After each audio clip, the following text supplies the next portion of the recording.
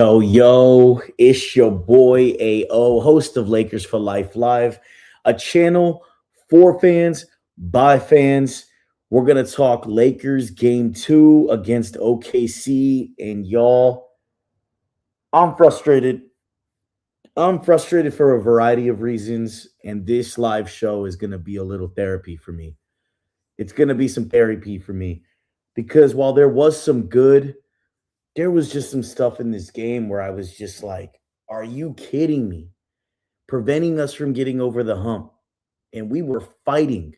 We were fighting, but it's the same outcome from a points perspective and a differential perspective to game one. But I think a completely opposite, different story than game one.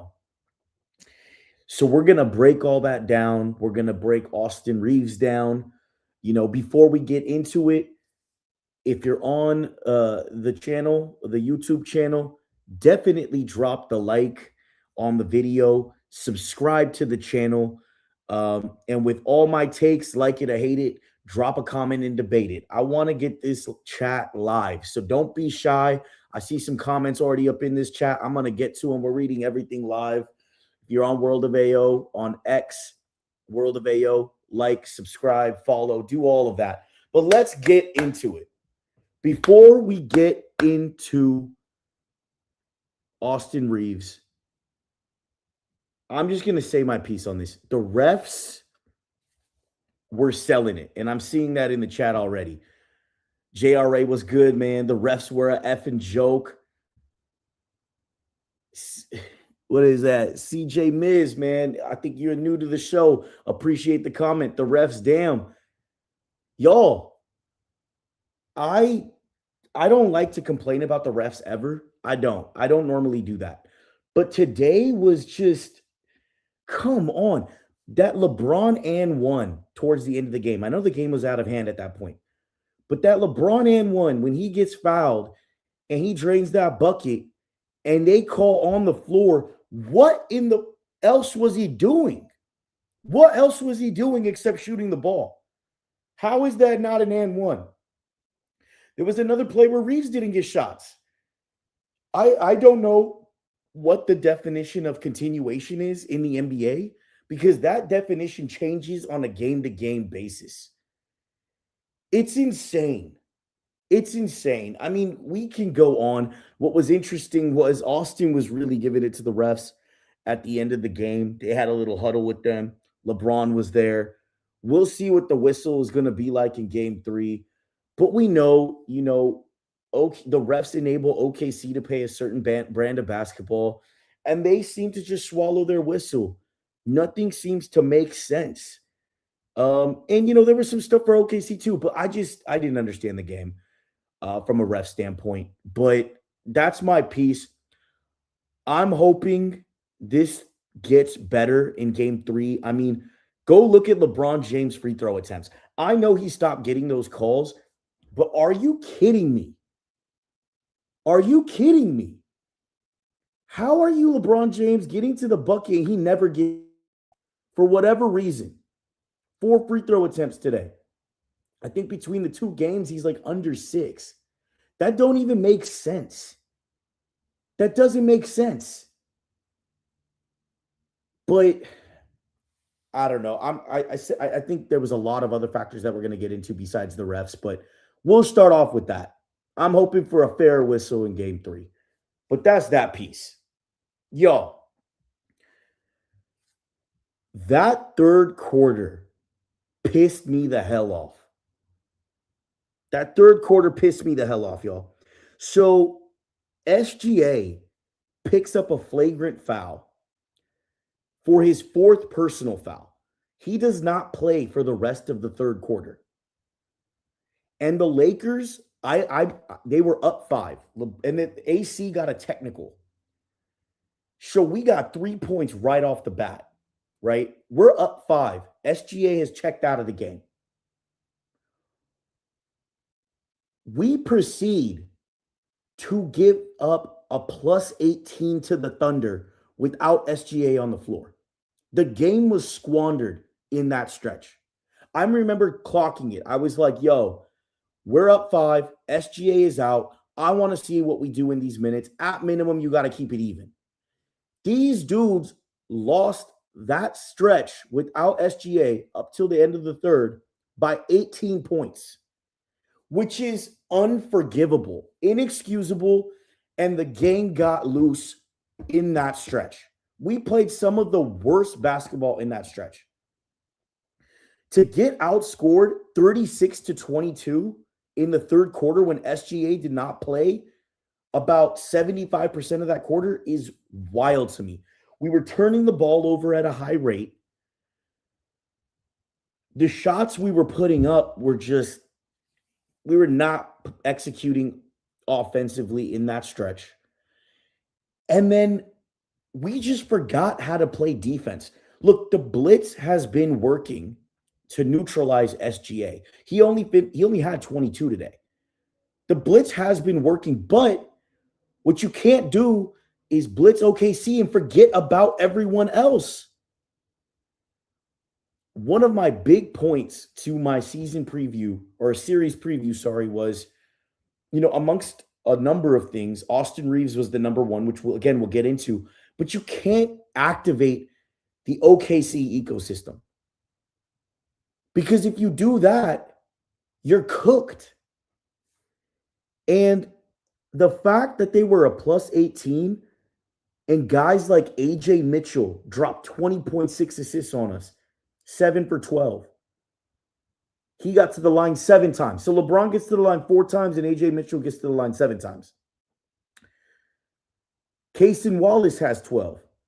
Jared McCain had 18 points today, 7 for 11 shooting, 4 for 5 from 3.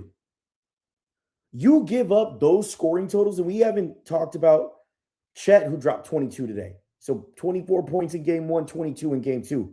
AJ Mitchell, 18 points in game 1, 20 in game 2. You do that, you are cooked.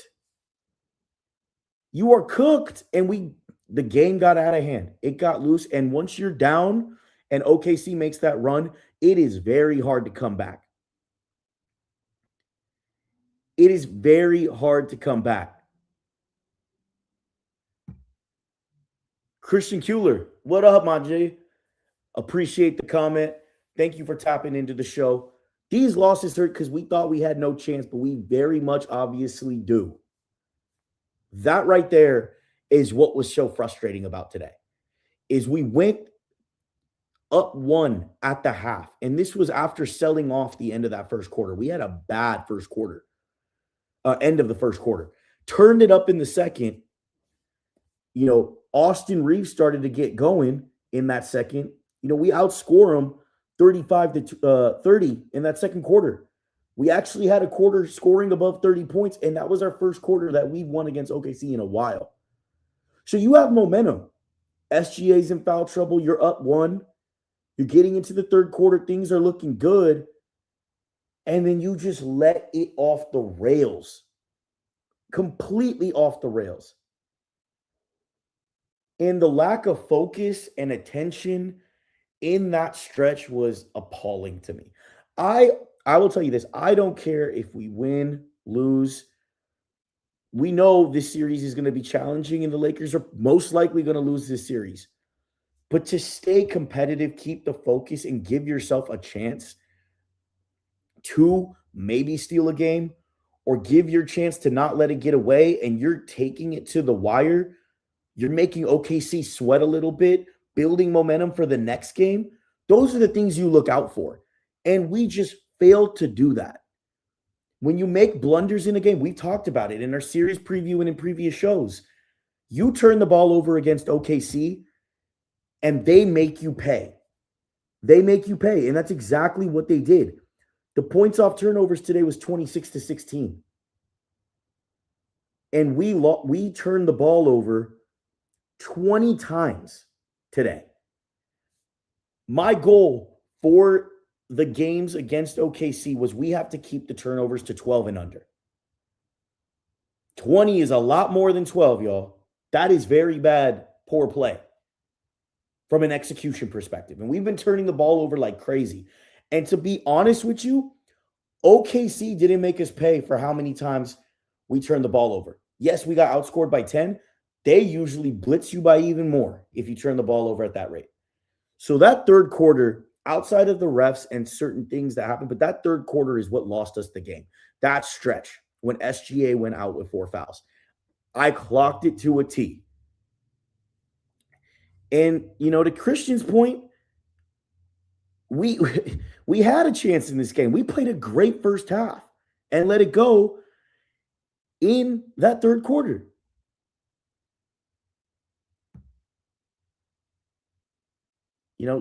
CIG Miz, this was a winnable damn game. A lot of flops. I agree. There were a lot of flops. The refs were one thing, but I don't think it was the refs that completely took us out of that game in that third quarter. I think it was just a lack of focus, us not executing on the offensive end. We were turning the ball over. I think Jake LaRavia gave up an and 1-3 at that point. We're going to get into that fool at some point in this show. I'm done with Jake LaRavia. I'm done. JRA, leave Jake in OKC. Please. Please. I don't get what the risk is of giving a dude Thero all the minutes. All the minutes. If you're going to lose the series, put the people on the floor that are going to be effective. Keep you in the game. But that third quarter, y'all, is what set this thing off.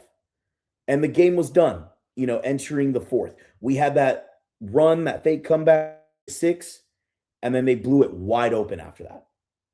They blew it wide open. I mean, in the fourth quarter, we lost that quarter by 5. So you don't have that slip up in the third quarter. You make this game competitive. But y'all, that third quarter really pissed me off. If we want to turn to I'm going to say one more point. Ayton was I don't know if half his brain was working during that stretch. But I don't know what. There was a play where he bobbled it again, where you could try to get into the game, cut the lead, especially when we're making that push after that 7-0 run. I believe it's after 7-0 run. He bobbles the basketball on a drive to the basket where he has a lane, and then OKC comes down the other end and 1. 5-point switch, just like that. Games, I think it went up to 10 at that point. And you can't be that brain dead, especially with how well he played in game 1. For a guy that wants the ball in the post, get looks and touches, how can you not secure the basketball in big momentum shifting plays? That just don't even make sense. We were getting out rebounded today. The second chance points, I know JRA, you just posted it up, 17-6. I mean, you get outscored points off turnovers by 10, and then your second chance points is 17-6. That's 21 points right off rip. And then you give up and activate their role players. You get surprised you only lost by 18. It's still a blowout. That's nothing to rest your laurels on. We got blown out today. But just the lack of focus in that second half really pissed me off. It really pissed me off today because it's look, even if you're down and out and you're going to lose this series, can you have one game where you just execute and not make boneheaded plays? Ridiculous. So that third quarter really bothered me. That's going to be a reel that I post, after I get done with this live. But I guess if we want to shift real quick to a positive, Austin Reeves had his playoff career high today, 31 points, 6 assists, 10 for 16. So he shot 63% from the field. 3 for 6 from 3, 50%. He was 0 for 5, remember, in game 1. I believe he finished 3 for 16 in game 1. 8 for 10 from the free throw line. But minus 20 in the game. And I'm happy to see the bounce back. I've said it on the shows. AR is one of my favorite players on the Lakers. And just what we've been seeing from him in the playoffs the last few series, even though he's gotten progressively better over the years, and including a killer regular season. But, coming back from the injury, it's a tough position to be in, but you're in this position. And those first 3 games of the playoffs, 2 against Houston and that first game against OKC just haven't been good. And even with the 31 points and the efficient shooting, I think there's plays where he was getting sped up, especially in that first half. There was a play in the first half. There was a sequence, 2 turnovers in a row. One was literally baseline to baseline dribble, and he just falls out of bounds on the other end.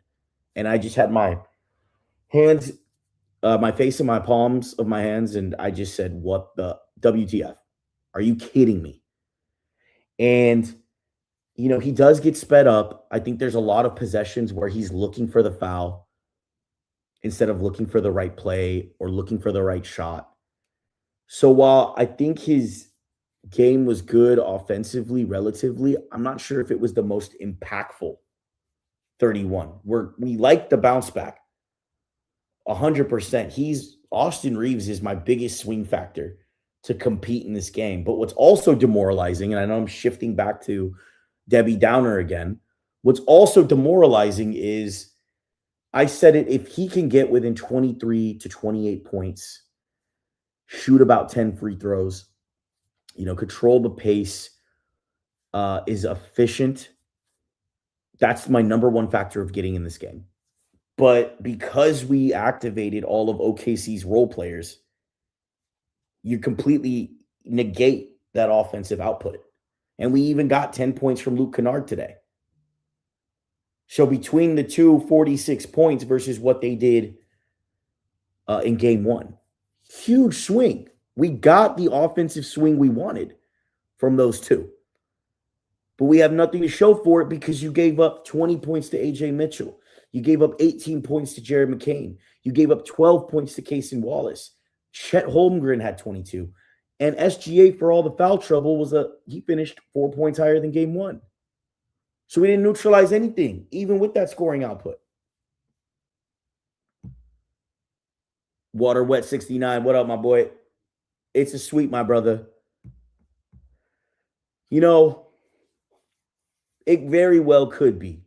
But I think we've played decent. We played well in the first half today and parts of the fourth quarter to be able to string a win. I'm looking for a win. Get one. Give me a gentleman sweep, Water Wet. Give me a gentleman sweep. I feel like there's a formula here to win a game. It's just, it goes back to execution, which is it's been our Achilles heel. Yes, we got through Houston, even with the turnovers, but when you are turning the ball over at this rate and you're playing against a team like OKC, it's just not going to work. Give me one game this series, just one, where we have less than 10 turnovers. Is that possible, chat? Is it possible to have a game with 10 or less turnovers? Tell me in the chat. Let me know. What's the probability on that? Because if we can turn the ball over less than 10 times and get the Reeves we saw in game 2, you're at least in the game. It's within single digits. You can't forget how to play defense when SGA is on the floor. It was wild. It almost felt like we wanted SGA on the floor because we played better defensively when he was on the floor, because we looked confused as hell of what to do when he was off the floor, which is unreal. It's unreal to me. And to the turnover point, Jared said, not versus OKC. I think you're mentioning the turnovers. Yay, man. If you can't execute correctly, you're gonna have a hard time in this series. And Christian Kuehler, my guy, Reeves a -20 because of the third quarter we had to play with the G Leaguers. Yeah, that third quarter really messed up a lot. Those numbers, those plus minuses got out of whack with that third quarter because their role players just effed us up. Like, I'm going to say this piece too. I posted it during the game, but like, OKC is such a freaking deep team. Like every single player in their rotation knows how to play basketball at a high level. Everyone's a 3-and-D threat except for maybe Isaiah Hartenstein. Every single person on that squad, which is insane. Insane. Even their final five on the bench could probably be in our rotation. 100%. They're just so good and they play at such a high IQ level. They're just a machine. They're so hard to beat. And I'll get this take off. And I know it's a bit of a tangent. We'll get back into the game stats and everything. But when you have a team that's that good overall, and we saw a third quarter where they didn't have their number one player on the floor, and they went plus 18 against a team. How is SGA a runaway favorite with the media as an MVP candidate or as an MVP? Not to say he's a bad player at all, by any means. That's what I'm not saying. He is a top, he could be a top 5 player in the NBA. He is a top 5 player in the NBA. I'm tripping. But what is most valuable player? Because they just went plus 18 without him, and they've had a lot of times in the season where they've played well without him. So when I think most valuable player, I'm thinking if this player is not on the floor and the team doesn't have that impact, they're cooked. And obviously there's other parameters too where you have to win ball games. You have to have some cachet. But I find it so amusing that SGA is this just media darling with how good this team is. And Luka is just kind of kicked to the curb because, for whatever reasons, the media doesn't like how he handles the refs. The narrative of he's just a terrible defensive player when metrics will say otherwise. And SGA isn't some lockdown defender. But I just find it really amusing on how you can have such a good team and you're just an MVP. Why? Because you're the number one team in the league. That team probably wins 50 games without him. But, tangent take. I don't know what y'all think. Again, drop your shit in the chat. Drop your stuff in the chat. Drop your takes in the chat, your questions. I see the chat getting live, which is dope. But, going back to Luka, I think there was a question in here that said, will we get Luka in the third quarter? Yeah. Can we get Luka for game 3 or 4? This will be a different story. I don't think we are. I don't think we're going to get Luka, y'all. I don't think we're going to get Luka. He came out and had an interview and broke it down a bit more, which was crazy. So he did get PRP treatment in Spain, heavy dosages of it. But the doctors initially diagnosed it for 8 weeks. So it was more extreme than the 4 to 6 weeks that I believe Shams had reported. And he's been kind of all off with his injury reporting. I think Coach Rome on X has been mentioned that too. So this was an 8-week injury. So it was bad. You don't play around with hamstrings. We've seen what has happened to players with hamstring injuries. J-Dub still hasn't played. Not that he needs to right now. But hamstrings, you got to treat delicately. And even with PRP, you're thinking maybe, okay, we thought it was 4 to 6 weeks, so maybe he could come back in 3 to 5 weeks, which puts us right at the timeline we're at now. But the fact that it was originally diagnosed at 8, even with PRP, we're thinking about 6 weeks to potentially get him ramped up to 3-on-3, actually scrimmaging in practice, which the series is over if we don't win a game. So at this point, with how the series is going, I don't think we're going to get Luka back. And I agree with you, though, CJ, that you need Luka in these moments. When your offense is stagnant and you're not executing like we saw in that third quarter, you need a player that's just going to take the rock and go manufacture a bucket, who can score on literally anyone in the NBA. And you miss that desperately. You pair this defense that we've been having or we've been showing for decent portions of the game, and you get your 34 points per game score, the outcome could be different. But you miss Luka in those stretches. Yes, people criticize his, you know, his kind of one-on-one play, his, maybe Herculean efforts, shooting the ball, shooting threes to get hot when he should be moving the ball around. But in those moments when your team don't got it, you need a player to go, hey, give me the rock, move out the way, because it's a higher probability I score than us moving it around in an action and letting someone else score. You need that. And yeah, we desperately miss it. We desperately miss it. I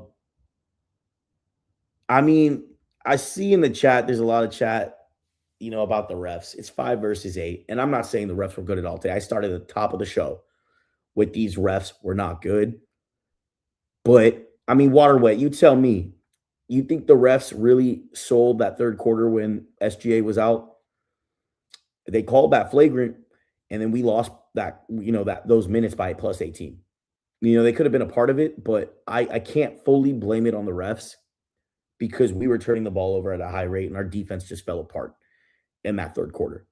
So while the refs may have been a difference between winning and losing a game if we kept it close, I can agree to that.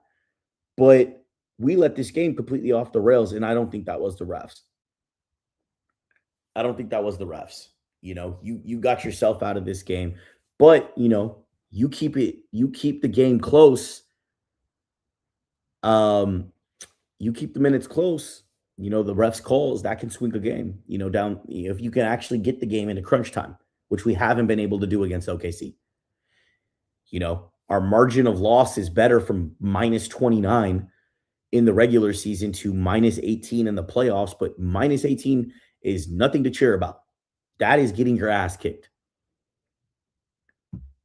But this is interesting. Waterwet 69. The LaRavia minutes kill our momentum. I cannot agree more, y'all. Everyone that's in the chat, if you just came in, I am done for the foreseeable future with Jake LaRavia. And y'all can clip me on this if he balls out next season. We'll see what he does in the playoffs next season.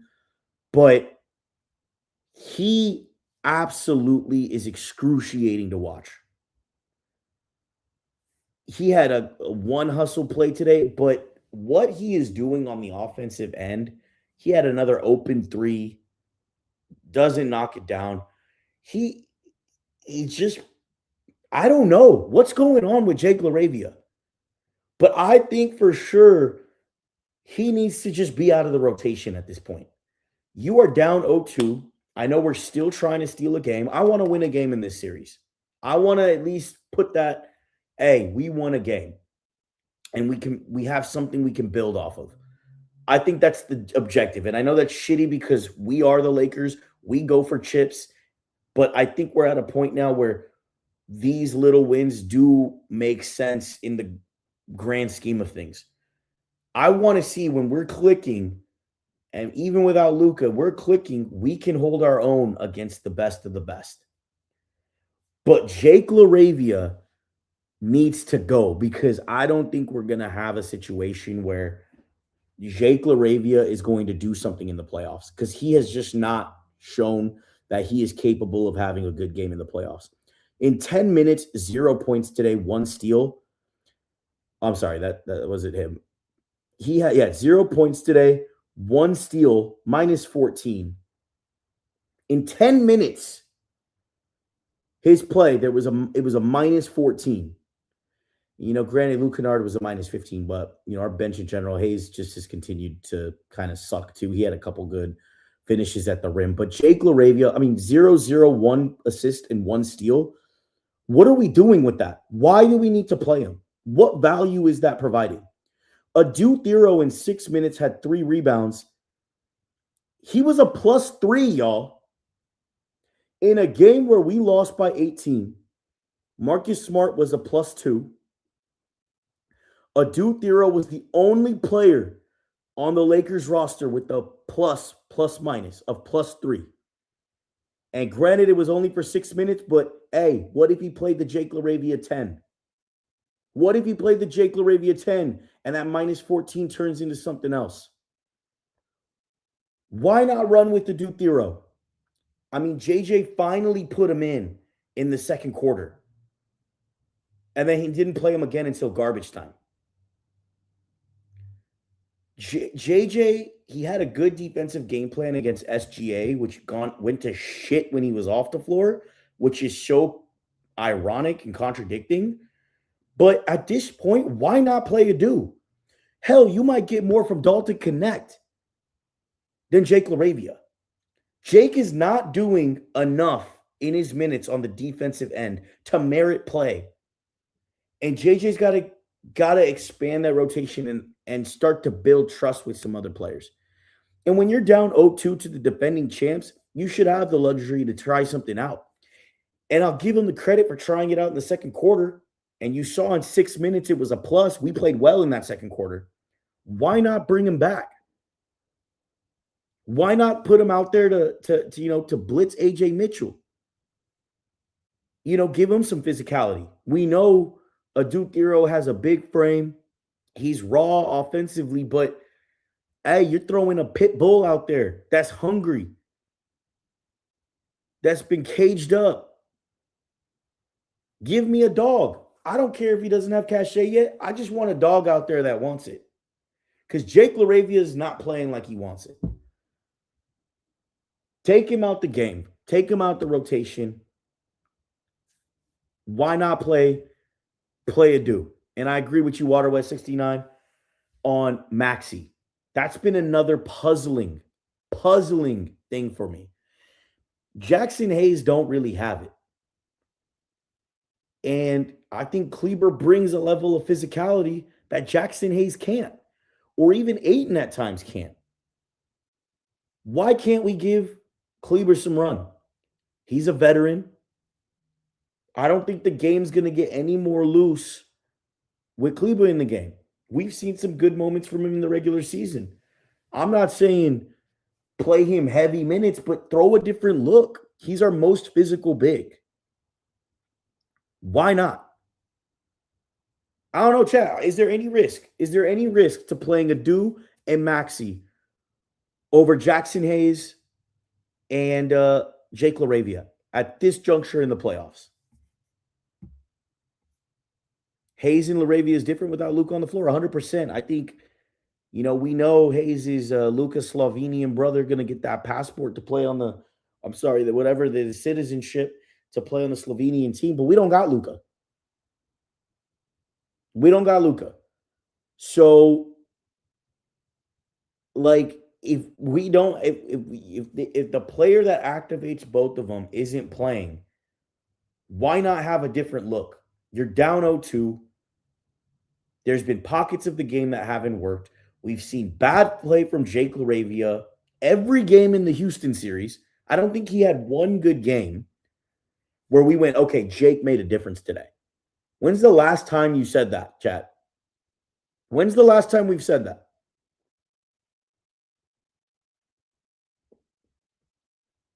I don't know. Y'all tell me in the chat. When's the last time you said Jake LaRavia? I'm talking regular season 2.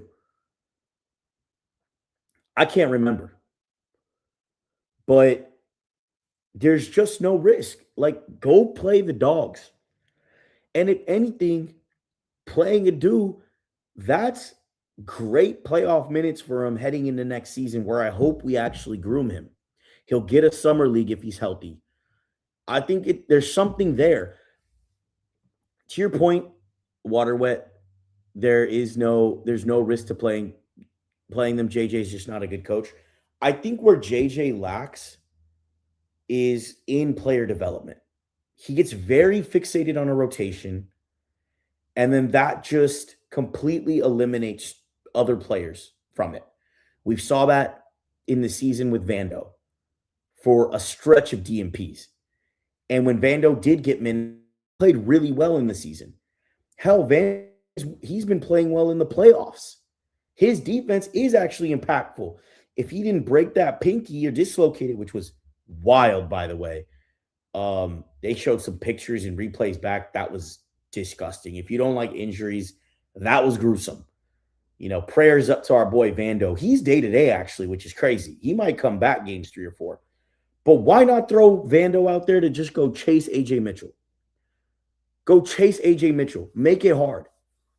Just glue him on Chet. Glue him on someone, Jared McCain. But he can prevent them from getting loose.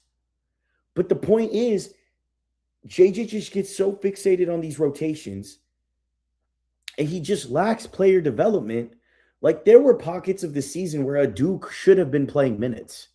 There was no reason why he shouldn't have, especially when Luka got injured and Austin got injured and we were kind of playing house money in the final games. Why not play him big minutes? Why not get him confidence? You got to prepare these end-of-bench guys to go out there and potentially be a factor in a playoff game if you're shorthanded or a player in your rotation is not playing well, which we're not seeing. I mean, Minnesota got blown out game 2, but they were winning games with Terrence Shannon Jr. and a vet man in Mike Conley. That's insane. You want to have it to where a dude's not expected to play minutes, but hey, we throw him in. Maybe he gives us a burst of energy, and he showed it today. A +3 in 6 minutes. And yeah, the counting stats aren't there, but something was working. Why not muck it up in the third when OKC's on that run and throw a different lookout? You know, it's just been crazy how I don't know what affinity JJ has for Jake LaRavia. It almost seems Gabe Vincent-ish, but not as bad. But dude needs to get his head out of his ass and shake this up. No one is truly expecting to win this series against OKC. What my biggest objectives are for this series is we stay competitive in a game so that we can take insights and intel from those games to figure out where our gaps are. Where do we actually play well? Are there certain lineups and situations that are working? And then where are gaps? What do we need to fill in for the offseason? You know, we got close. We're competitive. Hell, even win a game. That gives you data to take into the offseason to kind of go, okay, what do we need to address to beat the league's elite? We've gotten a taste of it, but the fact that we haven't been able to be competitive with OKC is concerning. But that's what I'm looking for in the series. And then it's really for Austin Reaves to have a good series. Those are my two objectives. It's staying competitive, getting data points to inform your offseason on where you have gaps, where you need to optimize further. And then for Austin Reaves to have a good series so that you can determine, you know, one, the dollar amount that we're going to pay him. And two, you know, if it goes to an extreme situation, is he the right player to pair up with Luka? And we know Luka's not playing, so that bit is a bit, you know, hard to kind of, you know, extrapolate, right? We've seen good stuff in the season, but we didn't get to see how it translates in the playoffs, which sucks in such a big off season. That's, you know, that's also frustrating, but the first part, being competitive in a game, I want us to show that. And it's like, still believe on the Lakers, bro, just one game at a time. You know, yes, it's one game at a time. Let's go. We're going back home. I'm not going to say this has been completely negative at all. We've said some positives. Like, we hung in there with them in the first half. And I think even through 3 quarters in game 1, we withstood some blows and got back in the game. And there, you know, there were pockets of the game where they get loose. You know, when we cut it to 6, I was actually all for the fake comeback. Fake comeback, lose in a close game, get it into clutch time, 5 minutes left in the fourth. But we kind of sold it at the end. The game got, you know, loose again. And, you know, we were down big double digits. But I need to, I want to see something. I want to steal a game, you know, in our homestand coming up. We got to get one. I want to walk out of this series with at least a gentleman's sweep. And I know that sounds shitty because we are used to chips, but have some pride, go get a game, and then you build from there, right? Like kind of what Houston did to us. We were down three. They were down 3-0 to us. They picked up a game. They got another, something to build on, right? It didn't go well for them. They're dealing with a lot of things, but you went out of the series at least building on, working through something. And I don't even think we're in Houston situation. We're missing our franchise player right now. But if we can pull out a win without our franchise player, that just gives confidence. Winning cures all. And I think that's big. That's momentum you can build on. End the series strong. And, CIJ me said it. I still have faith. Hey, let's have faith. It's not all doom and gloom. It was very frustrating today with both the refs in that third quarter. But we're still fans at the end of the day, right? This is the channel for fans, by fans. I do these shows, but I'm a fan just like y'all. And I'm looking at the game from a fan perspective, providing as much insight as I can on what I'm thinking to see if y'all thinking the same or something different. But I want to win a game, and I think that's something that's very doable. And we've shown we just have to put it all together. We just have to put it all together. I mean, and there were positives. Austin Reaves did have a playoff career high, 31. He was shooting well today. We did have a quarter today where we scored over 30 points and beat the Thunder in a quarter. We were up 1 at the half. So there are positives to take out of this game. I mean, LeBron James continues to be steady. 23 points, 6 assists, 3 steals, 9 for 18. 1 for 4 from 3. I thought he took some threes where I'm like, damn, some of those, if they went down, would have been great. And he's not getting to the free throw line because of the refs, right? He had 3 turnovers on the night, but that wasn't the story. Austin Reaves had 5. So he didn't control the turnover aspect of the game, but his usage is super high right now. And I think those turnovers really came in that first half. He had 2 within 20 seconds of each other because he was just getting sped up, a little out of control. And when he doesn't have his feet under him and, he looks kind of frenetic and just kind of lost, that's when those turnovers come. But, I thought there were a lot of good moments from Austin today that I'm hoping he can build on, right? But LeBron James continues to be a steady presence. And I think, he needs to be even more of because OKC doesn't have an answer for him. They don't. He gets actual calls in the game. This could be a very different look, right?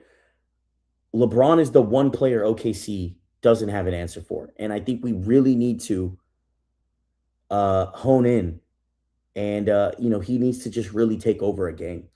I mean, another positive is Rui Hachimura. He was 4 for 7 from 3. I put up a post about Rui to give him some flowers because he's the highest percentage 3-point shooter in playoff history, which is a wild stat. I mean, Chet said he plays like the Japanese Michael Jordan at times, which is wild. But I think if, he's been a steady source of offense.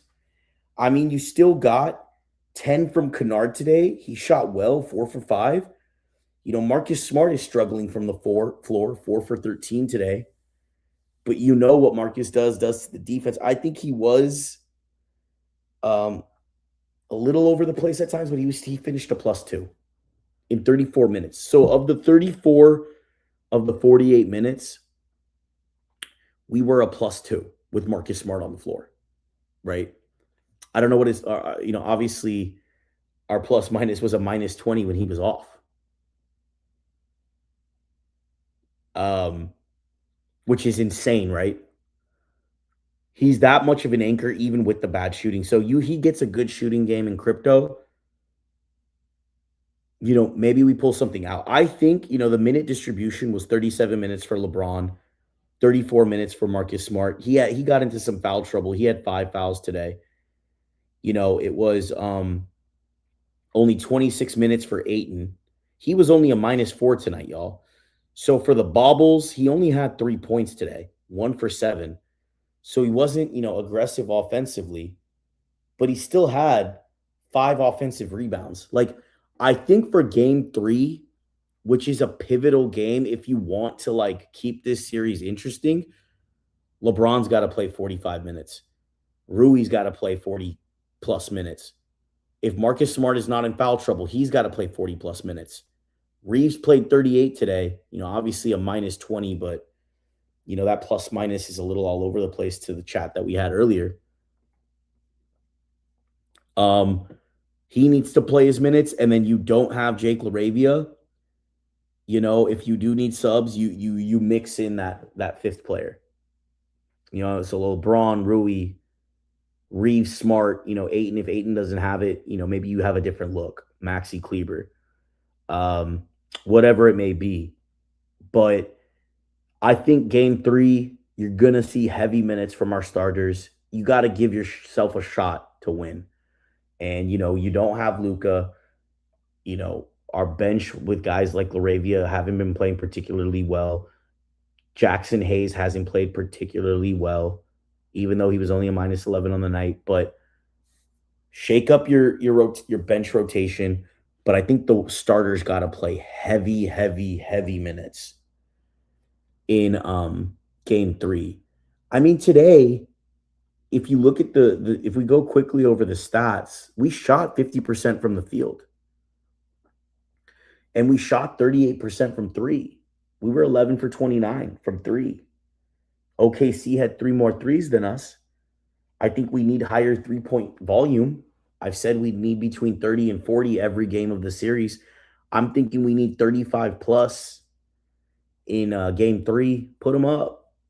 If we catch some, lightning in a bottle, that could be the difference in the game. I mean, OKC beat us in the fast break points, 14-4.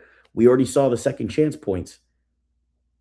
They had 12 steals to our 7. The offensive rebounds was 10-9. We actually won the offensive rebounding battle, but they won the second chance points. So we didn't capitalize off our offensive rebounding. Can we capitalize off that? And that's a big DA thing, right? So I'm hoping things click because DA, I mean, to your point, water wet. I think you said it in the chat. Ayton is soft, can't play defense, can't catch the goddamn ball. I mean, that's all true, but we have seen moments where he's been really, really good. I mean, we saw it in game 1. There's a DA that comes out with just aggression and focus where you just know at the beginning of the game it's going to be one of those good DA games. It was a bit lackluster today. And I don't know if it's because he wasn't getting the ball again offensively, but if you can't catch the ball, how do you get involved offensively? You got to figure that out, bro. You got to figure that out. You're playing hot potato out there. But I need heavy minutes. I mean, Ayton has been better than Hayes in the playoffs, water wet. He's been better than Hayes in the playoffs. I don't think you can argue with me on that. Unless you can. Let me know. Anyone in the chat. I think if you play Ayton and, he gets going early, and then for the minutes he doesn't play, you put Kleber out there for the physicality. Let's do it. Kleber's a vet. He's been in playoff situations. And then, let's get Adu. I mean, CIG Miz, you said it. Put Adu on Chet. Dude's way more physical and stronger than Chet. I don't disagree. Put Adu on AJ Mitchell. Give him another look where he just can't get into the lane. But Kleber and Adu got to play heavier minutes, and then our starters got to play heavy minutes. If Luke Kennard is, shooting the ball well, shake up the end of the rotation and play your core players heavy minutes in game 3. This is it. We could potentially have 2 games left in the season. There's no reason to conserve at this point. What are you conserving the energy for? Go get a game. Show that if we put everything out there with what we have, we can go get a game. And then we go fill in the gaps later in the offseason. But heavy, heavy, heavy minutes. Because this game, if you get half the points from Cason Wallace, so those 12 become 6, and Jared McCain only scores 10, that's a 14-point difference. We lost by 18 today. That's how you stay in a game and make it close and competitive. I mean, Williams off the bench with 7. Isaiah Joe with 4. Alex Caruso had 5. So they got 37, if I do the math, 41, 46 points from their bench. Lou Dort was not hitting the 3. He hasn't really been effective. So you got 46 points off the bench, and then you had 3 players that were starting with 20-plus points. SGA hasn't had a big game. And maybe that's the formula, y'all. Maybe, okay, we've been blitzing SGA, but the role players have been making us pay. Do we do a heavy blitz on SGA? Is it okay to maybe have SGA go off for 30? But if you are staying home on the role players, Chet has 15, Cason doesn't get off, McCain doesn't get off, Mitchell doesn't get off. That's a +8, +10 for SGA if he scores 30, 32 points. But your role players, if they don't score at the rate they are, that could be a difference in the game, especially if we can get some better shooting from Marcus Smart. We continue to see Austin Reeves figure things out against them. We get a bigger game from LeBron James because that's the matchup we need to continue to exploit because they have no answer for him. Maybe that gets you in the game, and you don't get these poor minutes from Jake LaRavia, but maybe we have to shake it up in that way, neutralize the role player ecosystem that OKC has and be mindful of SGA. The goal is to just make it tough, which is why losing Vando, and I hope he comes back game 3, is because, put Marcus Smart, get over the pick, even if they send a pick over for him, don't switch, get into your drop and then recover. And then, you're not getting stuck playing on this switching 4-on-4 basketball, which ends up being really like 4-on-3 when you do run the blitz at SGA. I think you go straight up. Marcus Smart, Vando, throw a do. I mean, I know it sounds crazy, but if SGA goes off and the AJ Mitchells and the Cason Wallaces and the Jared McCains don't, and Chet Holmgren is actually neutralized, so he's not the beneficiary off of 4-on-3, maybe that's the answer to a game. And that's how you don't squander the minutes when SGA is not on the floor. That could be an option. I don't know what y'all think about that, chat. I don't know what y'all think about that, but let me know in the chat. Is blitzing SGA the answer? Do we kind of stop conceding switches, stay home, and see if we can neutralize, their role players and not let them get 46 points off the bench, not let Chet go for 20 points both games in a row? Can we stop AJ Mitchell? I think it was insane that Stan Van Gundy today was like, Austin Reeves cannot guard AJ Mitchell. And I was like, oh, I think someone's going to clip that. It's wild because it's the true. We're letting AJ Mitchell look like some other tier of player.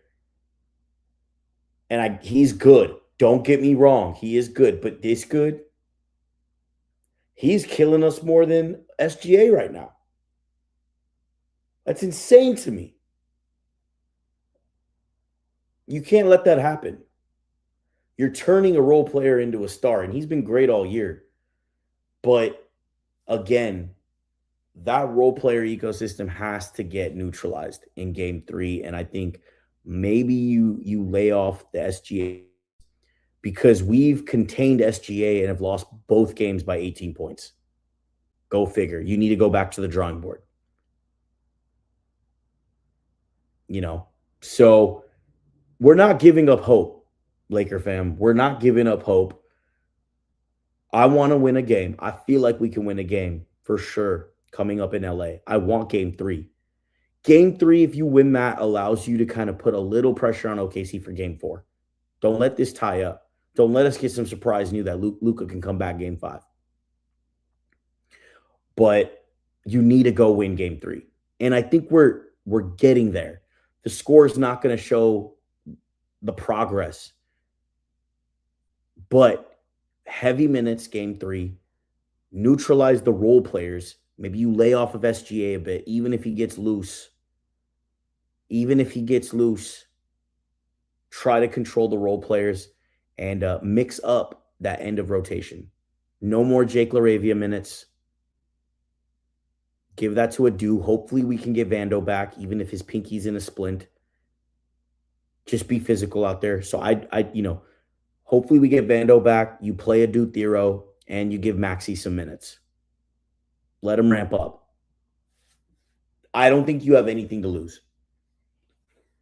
I don't think you have anything to lose at this point.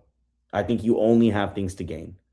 Because OKC has, they just know an Adu Thero is a raw, athletic, big frame player. They don't know what the hell he can bring. And maybe it gets to a point, can you imagine? Adu gets one good defensive play, turnover. We get the ball. Adu hits, a pick 6 steal for a monster dunk. We know he's a human highlight reel. That's momentum. That's some stuff that could get the bench up, bring some new energy. And next thing you know, you're riding off momentum. And now you're the aggressor. Maxi Kleber makes it tough for Chet. Puts an elbow in him. Even if he knocks him on his ass a couple times. Picks up some fouls. Maxi Kleber has a play where he gets a block shot. We go down. We score. He gets a putback on an offensive rebound. Like, these little plays in the margins matter in building up momentum. And I think it's worth a shot. I think it's worth a shot, y'all. I think it's worth a shot. Game 3 and 4 is a war. Yes, it is. It's going to be. It's going to be. So, I think there's a, we had a formula. We've let it go in moments. Today was the second half where we let it go, and it wasn't SGA. It was all their role players. So I think you got to go back on the drawing board and kind of go, okay, the plan was working, we thought, but maybe we got to change things up. Shay on the beat, what's good, my boy? We played well, just don't have enough. That's absolutely true. We've had good moments of the game where we've played well, but we run out of gas. That's another thing I didn't mention. They kind of run on fumes. And the minute you run on fumes, OKC kicks it into that next gear, takes advantage of that, and then you're cooked. Once you're down to OKC after those blitzes, it's very hard to come back. Because now you're saying what? You're going to outscore OKC by 10, 12 points? 14 points in a quarter and a half? Oof. When you don't have the personnel, that's tough. You got to scrap. And we were scrapping in that first half, even into the third. And we just let it go. Yeah. Share the beat. I said AJ McCain killing us. Yeah. You can't let them go off for 38 points. 38 points from those two. And we getting just Luke Kennard off the bench. That's it. Those are the points that came. So those two alone, did work. But let's see what JJ comes up with. I don't think just because you're not favored in a series doesn't mean you kind of take your foot off the gas. I want to see how JJ counters with this data now, especially in those SGA blitzes. He needs to analyze that third quarter. He needs to figure out how to neutralize those role players. I think shots will go down at home. Marcus Smart plays well at home. Luke Kennard plays well at home. Maybe we see some more volume and shots go down throughout the game. home crowd gets us hyped. Hopefully crypto's not dead. Home crowd gets us hyped, and we can survive a full game. But I want to see how JJ counters, because I don't think this is just we don't have the personnel to compete, but there's enough there to do some things. And I think you have to change the approach. So I'm very, very much curious to see how much we're blitzing, how much we're switching, because we've seen defensive rotation breakdowns because of that blitz. Do we kind of anchor in and hone in on just straight up man defense? Don't help too much off of Chet and the role players. Make SGA beat you. And we know he's reigning MVP. But I think it's a huge swing of if you let SGA go off, but you can cut those role player points down by like 20, 25 points, and you still get the shooting on our end. That's a recipe as well to go to get a game. And we're not going to give up. We're going to hold out hope. So again, y'all, hey, we had a lot of activity in the chat today. I appreciate all the newcomers. CIJ Mees, Water West 69, you keep holding it down. My boy JRA, he's a consistent listener. I appreciate you, fam. Shay on the beat, that's my dog. Christian, I appreciate the chat. We're gonna go live again at the end of game 3. But just a little about the channel for all the 41 here. You're gonna get that personal talk from me now, away from the game of basketball. But we're building something dope here. It's a channel for fans by fans. I'm going to live by that mantra. We're going to do some cool stuff in the off season, going into the season, and people that we bring on to the show. But we're building this from the ground up. And there's a lot of different Laker content channels out there. So I appreciate you tapping into mine. And I'm hoping you get some insight, whether you like it or hate it. I always say it, drop a comment and debate it.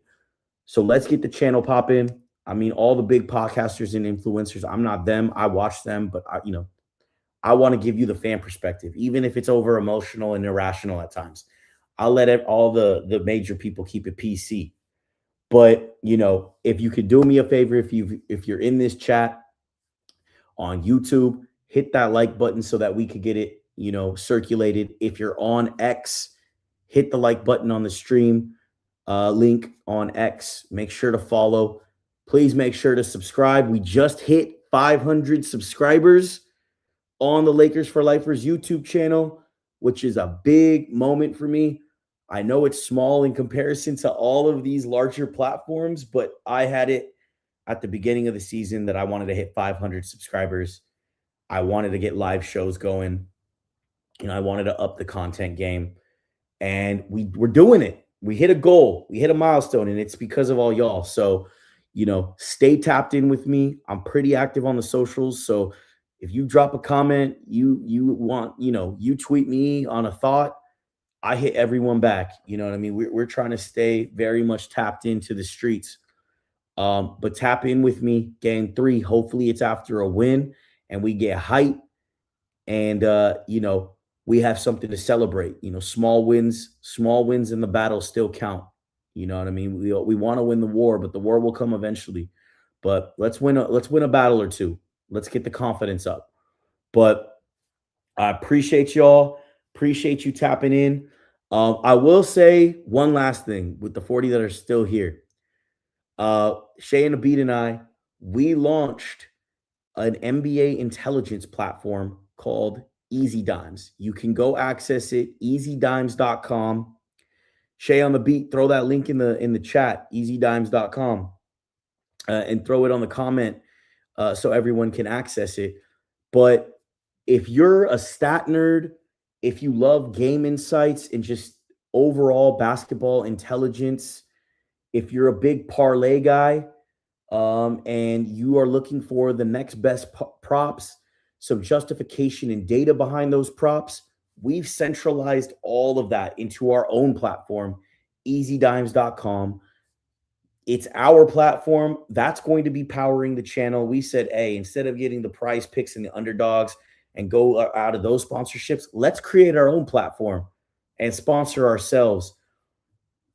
There's a free version of it. All of you can access it. If you go on easydimes.com, all you need to do is submit your email to get access to the portal. JRA's gotten first access to the beta.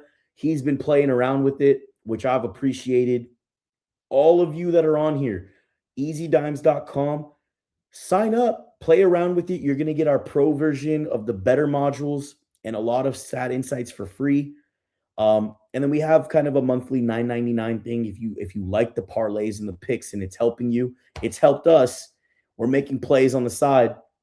But if you like that stuff, you like the insight, you want to be the first to help build up a platform, give us your thoughts and opinions. We have a founders module too. For you'll get access to the full platform and everything we build on top of it forever. So easydimes.com, it's in the chat. Shay on the Beat will drop it in the comments as well too. But go play with it. Go access it. We're trying to be the first platform with first channel, a podcast channel that has their own platform. And it's raw, it's beta right now. We're building every day, and we're trying to just deliver the dimes for you from a stat in a NBA intelligence perspective. We drop the dimes, you make the play. So you're going to be hearing more about that as we finish up the playoffs, as we get into summer league, as we work through the off season. It encompasses all NBA teams. We're going to integrate the WNBA. Yes, I'm a WNBA supporter. I know that could get kind of all over the place, but we're going to integrate that. We want it to just be a real hoops platform and a podcast that has something different and a content channel that has something different. So easydimes.com, sign up. It just requires an email. We have Google authentication too. And hit me up, send me a DM on X. Let me know what you think. If you got feedback, we're in feedback mode in beta. So really, really dope app. We're going to be making content around that app. Easy Dimes NBA on all socials. We do a really cool thing called Game Dimes outside of our daily parlay best picks. The Game Dimes is a really cool recap of games. And, you're going to get signals. You're going to get stat lines. You're going to get a narrative around the game versus just a story, an article, or explicit just stats. So check it out. Y'all are the first to hear about it. Y'all the first. So if you've ever wanted to be one of the first to help mold a platform, this is the chance, because we're taking all feedback. And we really want to make it user-friendly and build with the Lakers for Lifers community, and the NBA community that we end up tapping into, as first-time people to a platform. So good opportunity. Let me know what y'all think, but hopefully we get a Game 3 win and, we get to celebrate. But catch me here next post game. Have a good night, y'all. Peace.